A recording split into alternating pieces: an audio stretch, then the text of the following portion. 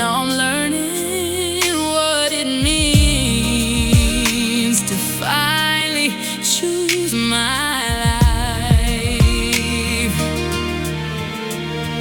No more waiting, no more hiding, no more losing who I am. I'm finding pieces I thought were gone. They were here.